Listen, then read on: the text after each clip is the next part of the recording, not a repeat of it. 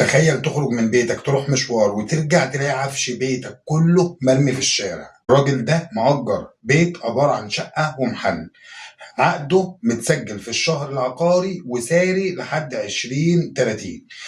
الراجل راح يزور والدته في بلد جنب البلد اللي هو ساكن فيها، رجع لقى عفش بيته كله مرمي في الشارع. صاحب البيت رمى كل حاجة الراجل في الشارع، سواء بقى اللي كانت موجودة في الشقة أو في المحل. لا وكمان في واحدة قاعدة له على باب البيت، هتسمعوا فيه اللي هي بتقوله وهتشوفوا تصرفاتها معاه شكلها إيه، والأصوات اللي حاجات كده بصراحة الواحد بيستغرب عليها. طب واحد زي ده بقى يفرش وينام جنب حاجته في الشارع، ولا الحل معاه يكون إيه؟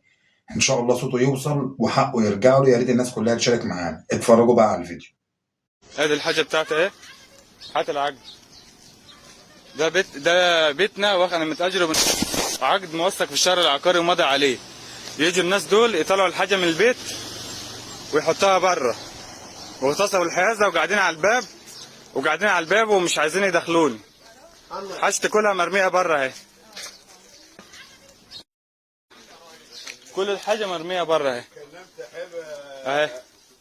وده الحاج سليمان واخده. انا ماليش دعوه، اشتريت البيت، اشترى ما اشتراش ماليش دعوه. لا مالكش دعوه. تمام، ده بيتنا اهو، مالكش دعوه، ده بيتي، ده حاجتي، مالكش دعوه. انا متاجر البيت ده يا بابا، انا متاجر البيت. لا انا متاجر البيت. هات العقد. ادي العقد اهو. وبعدين نطلع العفش. خد. لا انتوا اللي طلعتوه وانتوا كلمتوني وقلت لهم طلعتوه، المكالمه مسجله. تمام. ادي القفل اهو، القفل مكسور، ركبوا قفل جديد. كان ليا قفل اكبر من ده. وكل الكلام ده حلوه دي. هو ايه لقلق على الفاضي؟ ايه انا قاعد في الجيب ياما، انا دافعه 2 مليون يا حبيبي. مش دافع حاجه، احنا عارفين انت مش دافع حاجه. انا يابا انا دافع. هات اللي بيعني يابا. ليه تجيب 2 خد يا مليون حبيبي. منين؟ انت تعرف منين؟ انت تجيب 2 مليون منين؟ 2 مليون منين؟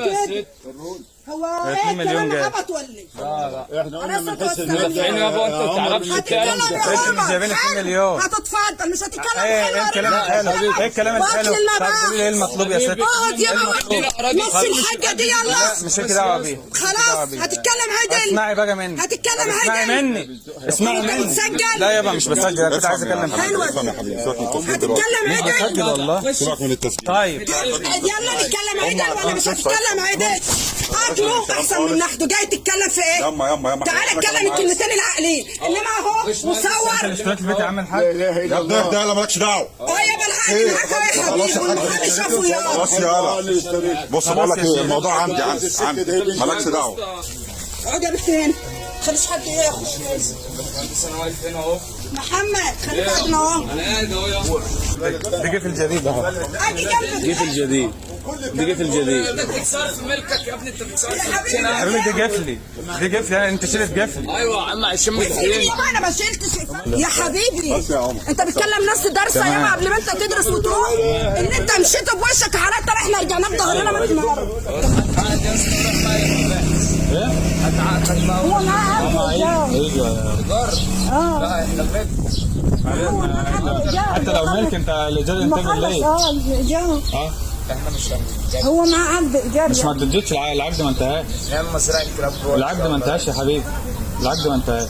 برضه بعدين نجي الشباب عاملين مزرعه. ايوه